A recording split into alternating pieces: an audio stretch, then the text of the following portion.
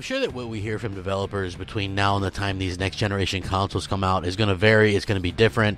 There's going to be times when we hear more from the PlayStation side. There's going to be times we hear more from the Xbox side.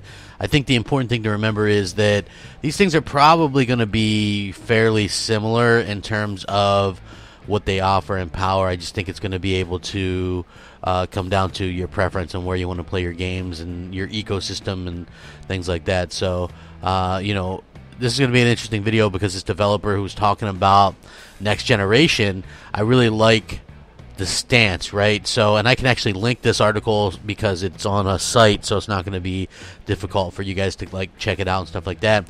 So obviously the PlayStation 5 and even Scarlett not too far away.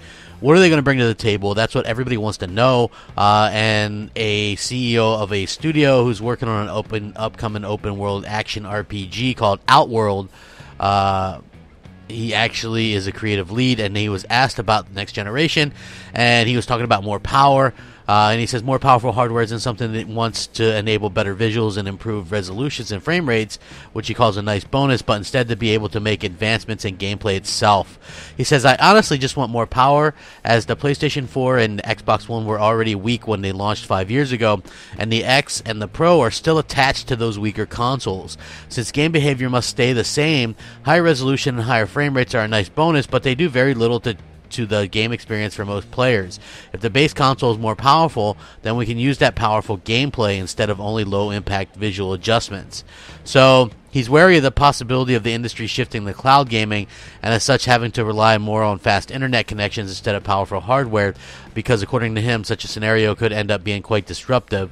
He says this might be irrelevant, however, if we move toward playing games on the cloud and relying on a fast internet connection instead of powerful hardware, this could be much more disruptive than anything else the gaming industry has faced during the last 5 years. So obviously, as a person like me who doesn't have great internet, I agree 100%. That should never be the only way we're able to play, because as long as there's an option to play on local hardware, I'm really going to be able to, that's what I want. So that's kind of where I'm at personally. It is funny to see him talk about both Xbox sort of and the PlayStation in terms of not being held back by weaker consoles, base consoles, right?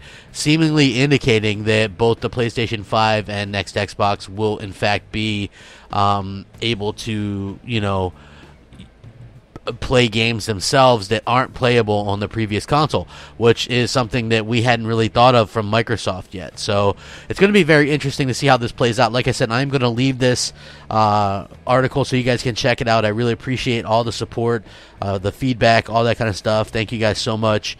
Please, if you enjoy the content, like, share, subscribe, and as always, rack them up. Hit that bell so you're notified of everything. I really appreciate it. Crapgamer, out.